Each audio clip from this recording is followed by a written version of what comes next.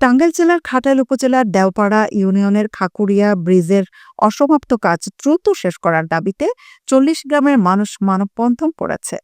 মঙ্গলবার ৯ এপ্রিল সকাল থেকে ব্রিজ সংলগ্ন রাস্তায় হাজার হাজার স্থানীয় বাসিন্দা ও স্কুলের ছাত্রছাত্রী এই মানববন্ধনে অংশগ্রহণ করে।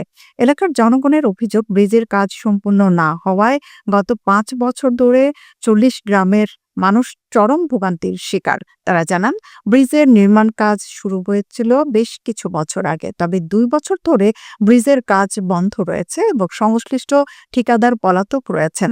মানববন্ধনে বক্তব্য রাখেন টাঙ্গাইল উপজেলার বিএনপির যুগ্ম সাধারণ সম্পাদক কোহিনুর ইসলাম, দেওপাড়া ইউনিয়ন বিএনপির সাধারণ সম্পাদক তাজুল ইসলাম, তালুকদার টুটুল এবং আরো অনেকেই স্থানীয় নেতৃবৃন্দ।